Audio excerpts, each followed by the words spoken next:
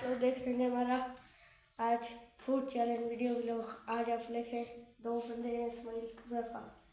इनको ये 6 बिस्किट है, आप लोग देख सकते हैं 6। ये देखें, ये 3-3 इन दोनों को दूंगा। ये 3 तेरे और ये इनके पास गाइस 2 मिनट का टाइम है। अगर ये हारते हैं तो ठीक, नहीं तो फिर नहीं। चलो भाई 1 2 3 स्टार्ट।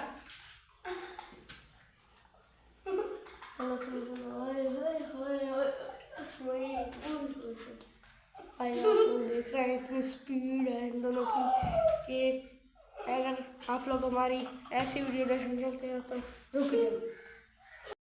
तो भाई देखें इनकी स्पीड है। अब देखते हैं कौन आता है जल्दी जल्दी।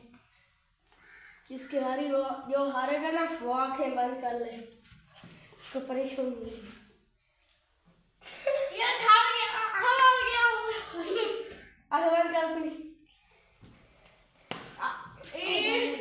देखें गाइस, ये उधर की पनिशमेंट।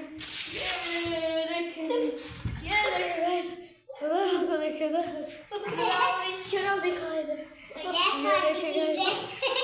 ऐसा के बाद इस्माइल के साथ तो गाइस आज के हमारी वीडियो खत्म करते हैं। अगर आप लोग मजा आया वीडियो तो हमारी और भी देखना चाहते हैं, चैनल को लाइक सब्सक्राइब ज़रूर करें। ओके, अल्लाह हाफिज़।